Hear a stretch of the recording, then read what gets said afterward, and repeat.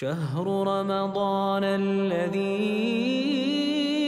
أنزل فيه القرآن هدى للناس وبينات من الهدى والفرقان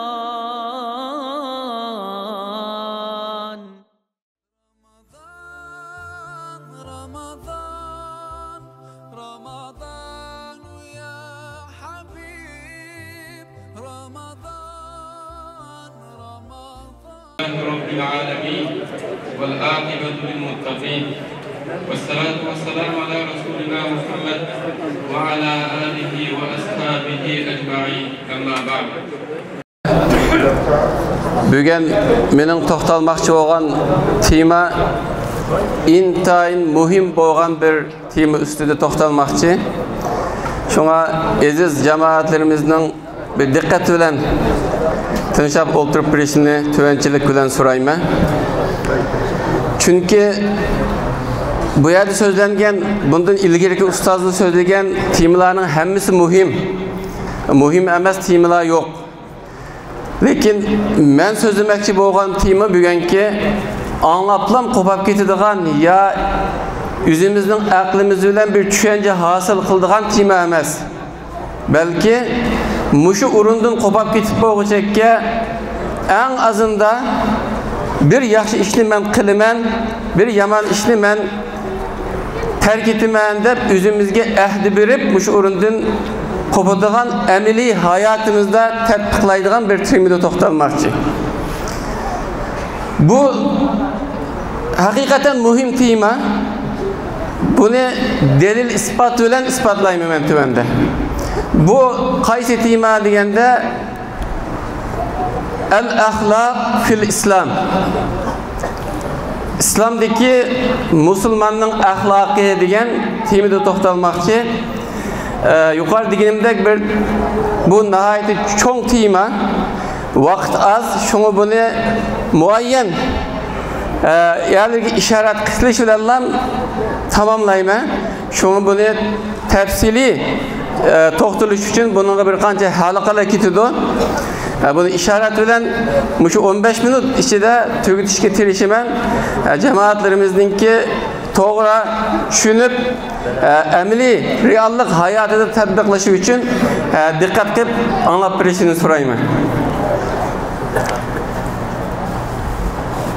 Ulamo ijtimo shunda deydi. Biz yashayotgan hozirgi dunyo vaziyati hammadan bilganimizdek bu tengqonlikni yo'qotgan, qalayma-qalashib ketgan bir jamiyatda yashayapmiz. Bütün dünya vaziyetiga qalaydigan bo'lsak. Bunun sebebi nima deganda, bu yerda 3 tane azamat var. Salasa azamat. Azama siyasiye, azma iktisadiye, azma ahlakiye. Yani 3 tane kriz tüfeylidin dünya vaziyeti qalayma-qalashib ketganlik. Siyasi kriz, iktisadi kriz, ahlak krizisi. Biz texmi cho'nqur inchkilab qaragan vaqtimizda bu siyasi kriz hem iktisadi kriz yana bu ahlak krizga qaytadi. Ahlakdagi kriz tufaylidan iktisadi kriz hem siyasi kriz paydo bo'lib chiqqan. Yahudlar, Hristiyanlar shundaqla g'arb ellarininki ittifoqqa kelgan bir qoidasi bor. Qoida zahabiyya deydi. Ya'ni oltin qoida. Bu qaysi qoida? Ahbib akharin ma tuhibbu li nafsik. Ya'ni o'zingga yaxshi ko'rgan narsani boshqalarga yaxshi ko'rgin. Bu bütün Yahudlar, Hristiyanlar, bütün g'arblar ittifoq kelgan bir qoida. Buni bizga payg'ambarimiz Muhammad sallallohu alayhi va sallam 1400 yil burun bizga deb qo'ygan. La yu'minu ahadukum hatta yuhibba li akhihi ma yuhibbu li nafsihi degan hadisida, ya'ni kamil mu'min bo'lanmaydi sizlarning biringlar o'ziga yaxshi ko'rgan narsani özünün qərindisiga yaxşı köməkçilik o kamil musulman bulanmaydı dep Peygamberim bunu 1400 yıl ilgili dep bolgan. Bu hazır bu Yahudlar, Hristiyanlar, Gariplikler yukarıki kaidini yani kaide zehebiye dep üzüge koygan. Lekin bular bu kaidege emel kılmaganlık için hazırki dünyadaki tengtonluk yok olup bir yerde zulüm bulavatkan, bir yerde başkalarının hakkını tartılıvatkan, yani bir yerde öldürülevatkan, bütün dünyanın vaziyeti kalaymakalışıp gittiğilik. Bunun tüp menbeğinime ahlak yukalgallık için. Yani ademi ahlak, yani bizde İslam mükemmellik. Ademi ahlak yukalgallık sebebinin dünya vaziyeti tengtonluğunu yokattan. Hem de yukarı dinimizde ahlak ne için mühim yana? Ölümala İslam'ını bir derekte okşattan. O derektinin yıldızı var, gole şahları var, meyvesi var. Derektinin yıldızı olsa iman, i'tikad. Derektinin gole şahları olsa ahkam, amel. Yani biz ne deyimiz? Bu derektinin meyvesi olsa ahlak. Kanda bir kişi hakiki Allah'a iman keltirdiken, imanın altı erkanıga hakiki işinip cezmi iman keltirdiken, bu kişinin bu imanı, o kişinin emelge ündeydi. Şeriattaki ahkamlarını icra kılışkı ündeydi. Kanda bir kişi şeriatta buyurulgan ahkam emellerini icra kılırken bunun meyvesi o kişinin ahlakını kürdü. Demek kanda bir kişinin ahlakını halal buldukken bu halal ya o kişinin itikadıga ya ki o kişininki emeliga kaytıdı. Çünkü o hakiki doğru itikad kılgan bolsa İslam'da Peygamber İslam kösetken boyunca emelini cayda kılgan bolsa onunki meyvesi ahlakını kürdü. Bizde kazandı bolsa çümütkü çıkıdı o deydiğen gep var ya. Yani onun imanı hakiki müminin imanı bulurken emeli Allah buyurgan Peygamber Aleyhisselam kösetkendek bulurken o insanın ahlakı da kürlüdü. Ahlakı da halal bulurken yukarı deyilgendek onun çokum o kişi yüzündeki imanını emelini teşhiriş lazım. Ahlak şunun için mühim. Yine bu ahlakın mühimliği doğrusu da Kur'an-ı Kerim'de acayip köp ayetli var.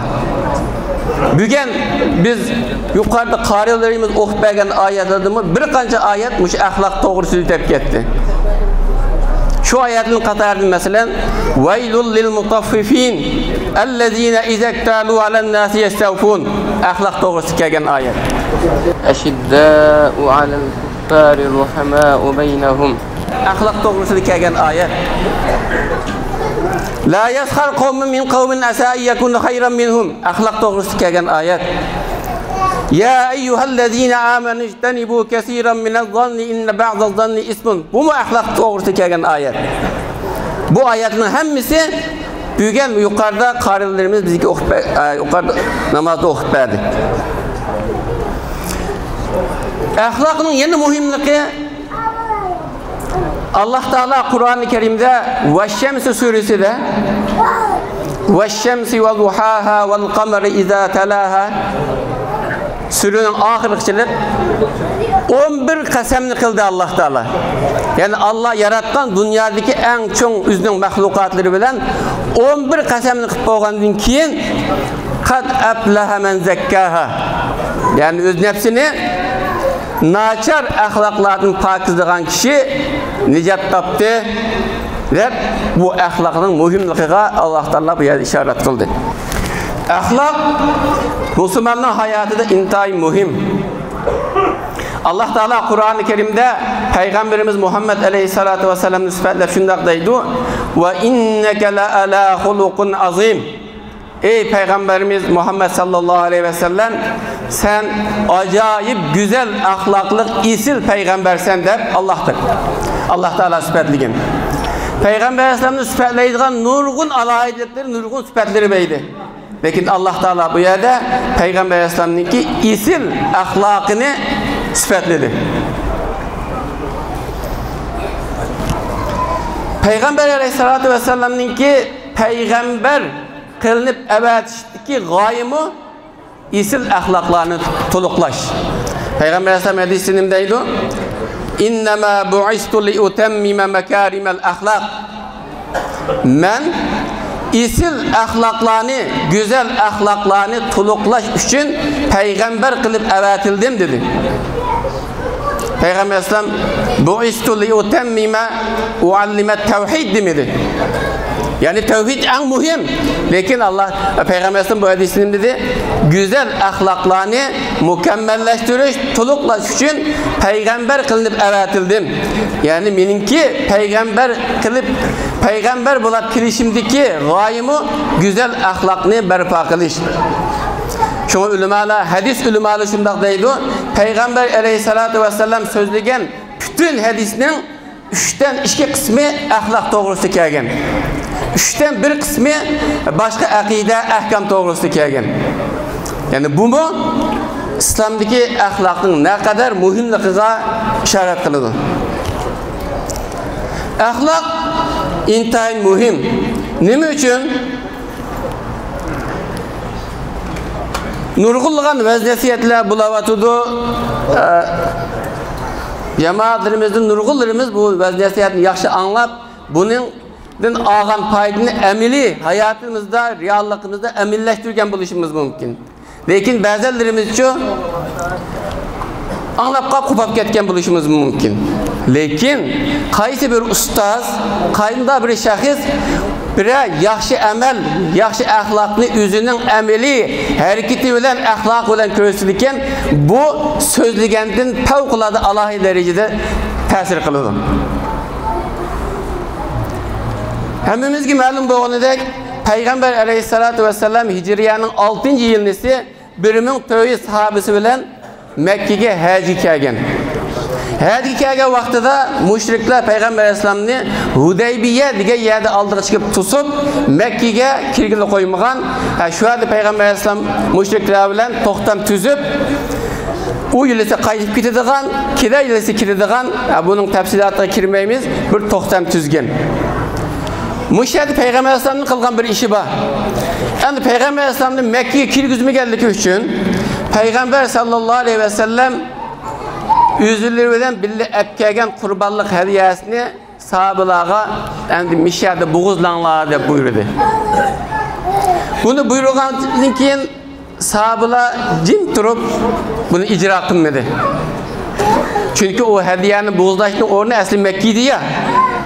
Şunu bilen Peygamber sallallahu aleyhi ve sellem'nin sel iç püşüp çedirge kiyipti. Çedirde Peygamber Aleyhisselam'ın ayalı Ummu Seleme radıyallahu anha ba Peygamber Aleyhisselam'ın biraz kapı çırağını kırıp "Nimbe oldu sizlere ya Resulallah?" diyen ki Peygamber Aleyhisselam "Men sahabelerimni Mekke'ye kiyem mi geldikimiz için kurbanlıkını mişerde buğuzlanlar desem bunu hiç kim buğuzlamı der diyen ki Ummu Seleme radıyallahu anha şunda diyen "Ya Resulallah, onu buğuzlamagan bolsa sizler özlerinin kurbanlığını özleri buğuzlar ve asla." Degenden keyin Peygamber sallallahu aleyhi ve sellem çıkıp özünün kurbanlığını buğuzlagan. Peygamber sallallahu aleyhi ve sellem kurbanlığını buğuzlagandan keyin sahabelerime keyni-keyniden özünün kurbanlığını buğuzlagan. Demek emeli ahlakımız bilen başkalarga tesir körsətken iş özümüzün ağzı degenden fevkalade yukarı derecede. Ameliyatı biz özümüzün hayatı qarap bakadigan bolsak mı, nurgullarımız özümüzün ballarını qaxşaymiz. Ballarımız telefon oynaydı, namazını caydı okumaydı, onu kıldı, bunu kıldı.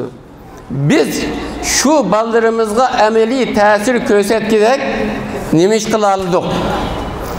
Ballarımızın aldıda biz daim telefonu tutup tuğallıqımız için o küçük ballarımız mı bunun içinde nim vardı? Dadam to'xtamay ko'chilaydigan telefonning ichidan nim bor deb, bolalarimizni shuni ko'chig'iz keladi. Boshqa ishlarmi shunga o'xshash. Demak, biz o'zimizning so'zimiz bilan başkalarını bir işe boruştan ilgili özümüzün ameli, ahlaki, ameli hareketi bilen onlara tesir göstermesi lazım. Ahlak yukarıda dilgendek, yukarıda ayetli dilgendek Müslümanın hayatı intayın mühim. Biz yaşavatkan cemiyette ve güzel ahlakınki acayip rolü var. Bu doğruluk Kur'an-ı Kerim'de yukarı dedim nurgulluğun ayetli var. Ben tüvende iki ayetinin kısaca tercümesini ötümüm. Birincisi أعوذ بالله من الشيطان الرجيم ولا تستوي الحسنة ولا السيئة ادفع بالتي هي أحسن فإذا الذي بينك وبينه عداوة كأنه ولي حميم وما يلقاها إلا الذين صبروا وما يلقاها إلا ذو حظ عظيم. Allah'a iman keltirgen, yaxşı amellerini kılgan mümin bilen Allah'ı kafir bolgan, yaman işlerini kılgan kafirler her gün okşaş beraber bolmaydı. İdfa billeti hiye ahsen. Sana yamanlık kılgan kişilerge yaxşılık bilen cevap kaytırgın. Muşunda kılsan otturandaki adavet acayip kızgın, yakın kırındaşlıkta ölüdü degen. Yani başkalar sana bir yamanlık kılgan bolsa, yamanlıkka yamanlık bilen cevap kaytırmasın, sen onunla yaxşılık bilen cevap kaytırgın. Muşunda kılgan vaktında oturandaki adavet tüger. Bu o düşman bolgan kişi sana en yakın kırındaşın ayrılığı degen. Peygamber Aleyhisselatü Vesselam'ın tarihi kalaydıgan bolsak, üzünün nurgulluğun Peygamber Aleyhisselam'ın düşman kişilerini üzüge dost kılgan. Ettigellikte Peygamber Aleyhisselam'ı öldürmen, Peygamber Aleyhisselatü Vesselam'ı öldürmen de üydün çıkan kişi kesinlikle Peygamber Aleyhisselatü Vesselam o kişinin hayatı da en yaxşı görüdüğün kişiye aylangan.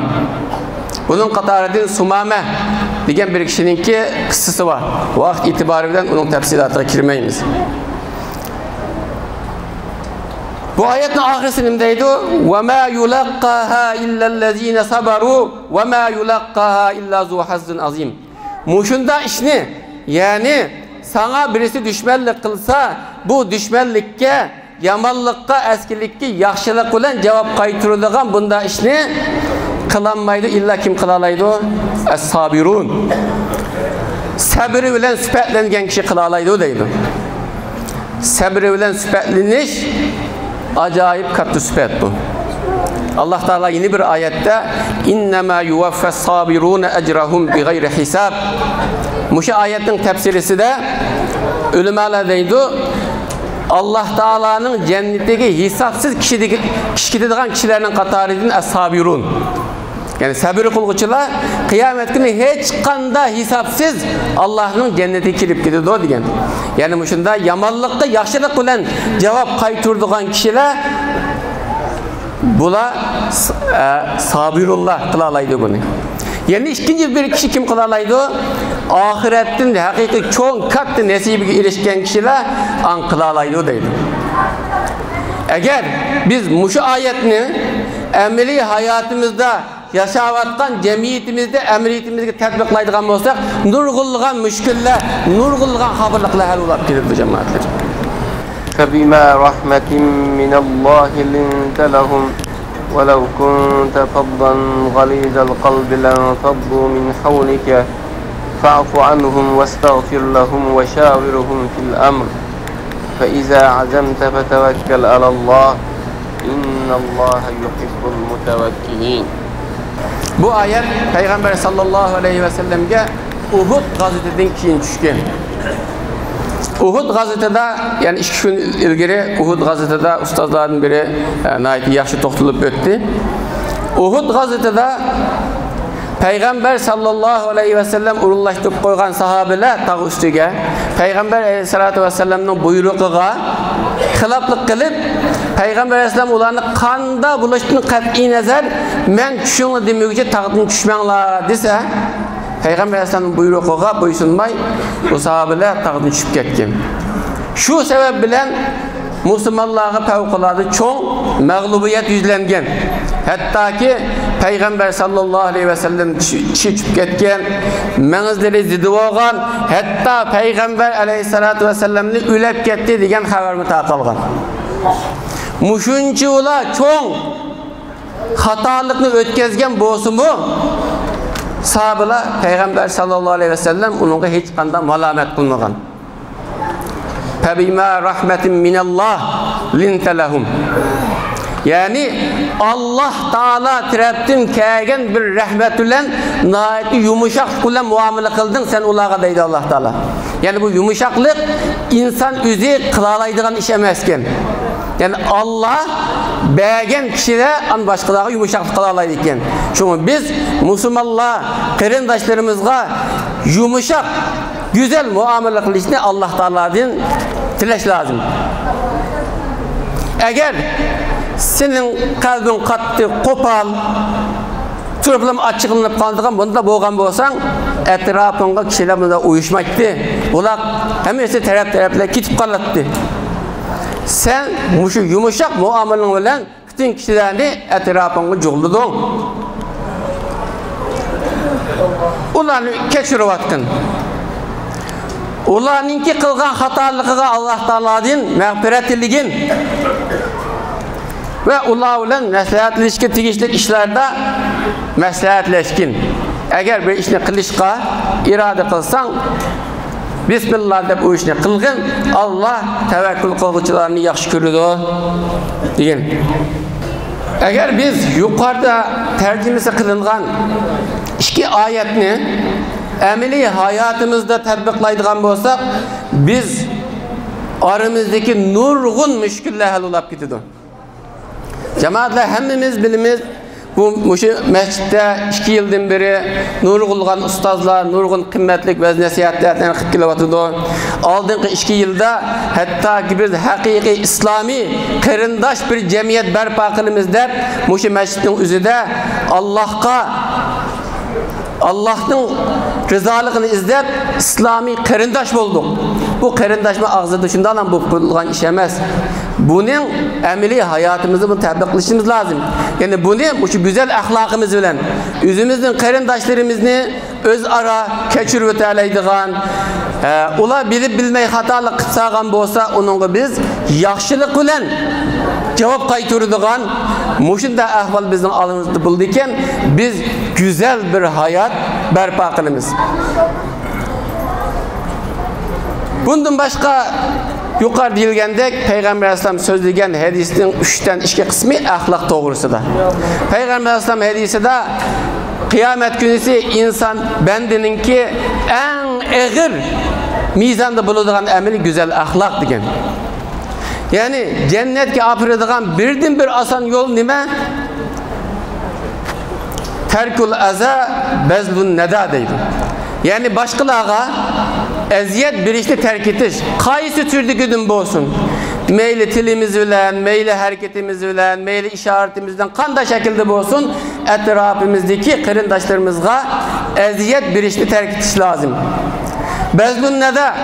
Kolumuzdan kilişçe etrafımızdaki kişilerge yaxşılık kılış lazım.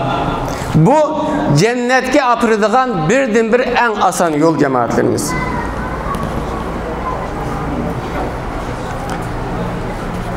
Ondan başka bu ahlak doğrusu toxtulsak ayetlerimi yamancık, hadislerimi yamancık, lekin bizning özümüzün ameli hayatımızda, Uygur cemiyetimizde dikkat qilishlik bo'lgan bir iki nokta var.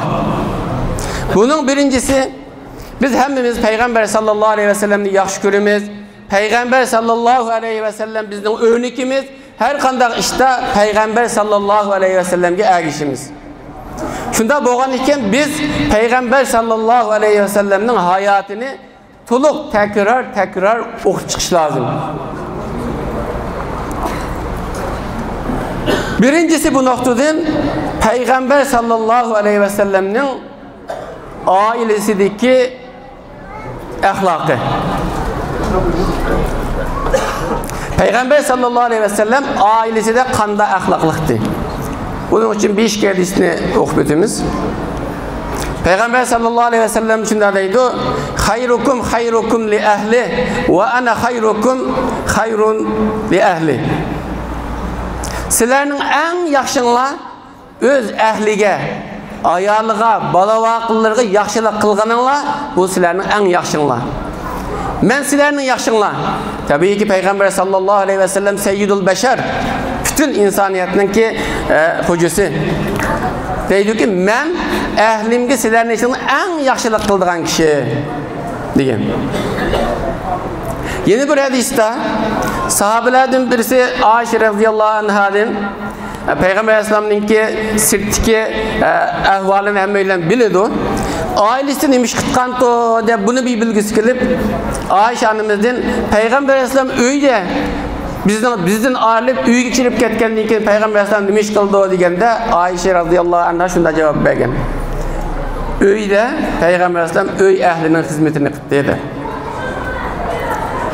Öy ehlinin hizmetini kıttı kalganını bazen bir rayon bazen kişilerimizde biz saymakın deyip koyumuz hem. Muşnun kire Peygamber Aleyhisselam saymakın buldum hem de. Yukarı degende seyyidul beşer. Yani bizdenki bazı kişilerimizin içinde ailesideki ayallarını urup koyduğun, balavaqlarını urup koyduğun, sırtı bir işini kabulap kalsın, onu ki öğüdünü aldığın açığını. Nur kıllıgan, yani yaxşı boğmagan naçar ahlakla var. Bunu tüzütüş lazım. Biz, madami ki Peygamber sallallahu aleyhi ve sellem bizden örnekimizdeydikenmiz, biz Peygamber aleyhissalatu ve sellem'nin hayatını tuluq okuşumuz lazım, şu boyunca yol tutmanışımız lazım. Peygamber aleyhissalam yeni bir hadisinimdeydi. Bir adam Allah yolunda bir dirhem, bir dinarını haydese, pul azat kılışta bir dinarını haydigen bolsa, fakir miskinge bir dinarını sadaka kılgan bolsa, bir dinarını özünün ehliga haydlap olgan bolsa, bu şunun içinde en afzal qasiye degende öz ehliga haydlap bergen bir dinar, şu en afzali degen. Şunu biz cemiyetimiz yaxşılıkla toşkan, yamanlıktan yırak, güzel bir hayat, bir cemiyet kurup çıkmaya deydikenmiz, birinci olarak ailemiz inak ittifak buluşu lazım. Ailemiz güzel bolgandan keyin cemiyet aileden terkipte buldu, ondan keyin güzel cemiyet berpa kıla alayımız. Bu birincisi. İkincisi, bizning kulun koşullarımız, etrafımızdaki qarindoshlarimiz bilan bo'lgan axloqimiz. Bu to'g'risida mi kelgan hadislar, oyatlar aytijik vaqt itibari bilan uning hammasini o'qib bo'lib bo'lmaydi, lekin bir qancha hadisni to'xtalish lozim. Mushuning bu hadislarning ichida muhim bo'lgani Peygamber sallallahu aleyhi ve sellem la yu'minu vallahi la yu'minu vallahu la yu'minu vallahu la yu'minu deb 3 qatim dedi. Şunu olan sahabeler kim ya Resulallah degan vaqtida men la ya'manu jaruhu bawa'iqahu. Xo'shnisi o kişinin eziyetidan xotirjam bo'lanmagan kishi bu mu'min bo'lanmaydi degan. Xo'shni deganlikda mush atrofimizda biz birga yashayotgan hamma kishilar Uyg'ur jamiyatida yashayotgan Uyg'ur qarindoshlarimizning hammasi bizning xo'shnimiz. Bizning Uyg'ur qarindoshlarimizdan bir-birimizdan xotirjam bo'lanmaydi ekanmiz, aziyetidan o mu'min bo'lanmaydi deydi. Yeni bir hadisda Peygamber Aleyhisselam deydi: "Ma amana bi men bata shab'an jaruhu ja'i." Üzünün kuzuku tok, hoşnisi aç, Bunda yatkan kişi bana iman keltirmegen boldu dedi. Hazırki cemiyetimizde hem de mesela bizdeki İstanbul cemiyetinde değil, koska aç kaldıran adam yok elhamdülillah. Lakin ondan başka nurgun kıyınçılık hablıkları buluşu mümkün. Yani bu demek ki oğunu öz ara bisimizin ehvalini sorat. Bu kardeşimden bana bir ihtiyacı var mı? Kılanmaya kalkan işi var mı? Bir karar alanmay kalgan mesleğe iş bir işi var mı? Dep etrafımızdaki kardeşlerimizin ehvalini hal soraş lazım. Yeni bir hadiste Peygamber sallallahu aleyhi ve sellem "Leyse minna men lem yerham sagirana ve lem yuvakkir kebirana." Bizden katarımızdan emas, kişilerge merhamet kılmagan, çoğunluğu hürmet kılmagan kişi bizden katarımızdan emas degen. Bu hadis bu intihal mühim cemaatlerimiz. Biz vatandaki vaktlerimizde, biz küçük vaktlerimizde çoğunluğunu hürmet kılış, ata-anamızı hürmet kılış, ustazlarını hürmet kılış, fevkalade dikkat kıtkan işlerdi. Ata-analarımız, ustazlarımız şunda ügetkenizdi. Lakin bu chet elde çoğu, ne çoğun emez, ne ustaz emez, hemmimiz üzümüzgü çoğun. Çoğunluk lillah, çoğunluk Allah için. Peygamber Aleyhisselam bir hadisinde aklıydı. La yedhulul cennete men kâne fî kalbihi miskâle zerratin minel kibr. Zerre miktarı kalbide kibir boğan kişi bu cennetki kirmeydi o degen. Yeni bir hadiste hadis-i kudüsiydi. Allah Teala şundaqdaydı. El kibriyâ'ul ridâi vel azametu izâri femen nâze'ani edhaltuhun nar. Çoğunçuluk benim ridayim, kattılık benim izarim. Kanda kişi mendim bunu talışır iken onu devzehki güzümeyen dedi. Çünkü biz çoğunlarını hürmet kılışını bileyli, ustazlarını hürmet kılışını bileyli, kesip ilgilerini her bir kişinin hakkında onun layıkında hürmet kılışını bileyli cemaatlerimiz. Yani bu müşindak kılga vaktimizde cemiyetimiz ıslah buludu. Biz arzu kılganda güzel bir cemiyet berpa kılalayımız. Ahirde yani bu bizdenki uygurluğu münasebetli bu olarak müşindak olan sözümle ahirlaştırıyorum ben. Ticaretki ahlak. Bu intihai mühim. Peygamber sallallahu aleyhi ve sellem hadiste el halalu beyinun vel haramu beyinun ve beynehuma umurun müştebihat. Bu hadis uzunrak hadis. Biz şu kısalam toxtalmak için. Halal mı uçuk, haram mı uçuk? Lakin bunun oturusu da halallığı mümkün, haram buluşku mümkünçülüğü var, işlava bunu köpünçülüğü bilenmeye kalıdı o deydi. Yani biz chet elge çıkkandan keyin her xil ticaretler kirip kettik. Vatellerde hemimiz bilginligidek her bir ticaret, her bir kesbinin şu kesbti, şu sahani bildiğin adamla özünün sahası da şu işini kılattı. Uygurlan bir adam bir ticaret kişilerken onu kıp gittiğin bir hüneven, bilet bir hünever kişilerken onu davalanıştıp gittiğin bunda iş yoktu. Chet elge çıkkandan keyin fevkalade ahvalımız özgürüp gitti. Ticarette en yukarı dereceli ticaret girip gittik. Mesela bursa, altın gümüş, maşina bu degen ticaret sahasındaki en yukarı seviyedeki ticaretler bu. Bunda ticaretini şunu bilip kılış lazım. Onu bilmeye kılsak birinciden bunun hatırını haram ticaret kılışımız mümkün. İkinciden o ticaretini bilmeyenlikimiz için ziyan tatıp kılışımız mümkün. Ameliyatı biz kürep şunda bulavatkan edek. Şuna bu ticaretteki ahlakımı fevkalade dikkat kılış lazım. Peygamber sallallahu aleyhi ve sellem hadiste "Et-tacirus sadukul emin ma'an nebiyyine ve şuhada ve salihine ve hasune ulaike rafika." rastçıl, şencelik ticaretçi kıyamet günü peygamberler bilen, şehitler bilen, salih kişiler bilen buluduğu digin. Yani şu ticaretini rastçılık bilen, başkalarını aldırmay, haram işlerge kirip kalmay, başkalarının hakkı hıyanet kılmay, kılgan ticaret bu kıyamet günü peygamberler bilen bulduğun bir ticaret. Lakin biz hazır köpünce ahvalda kılgan ticaretlerimiz onun halal harami ve başkasına sürüştükleştiğinden ilgili paydası kandayken de paydasını sürüştük olgan bulup kaldık. Çünkü bu bir vasıta üzümüzün nurgun ictimai cemiyetimizde hem bizden kılgan emellerimizge tesir körsüzgan iş bu.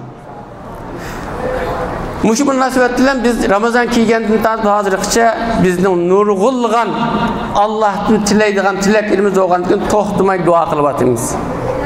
Bazılarımız depkalımız bu duayımız icabet boğmavatı der. Biz üzümüz ikenliki de şak kılsak buludu, duanın icabet kılınısı şak kılsak bulmaydı. Dua keskin icabet kılındı.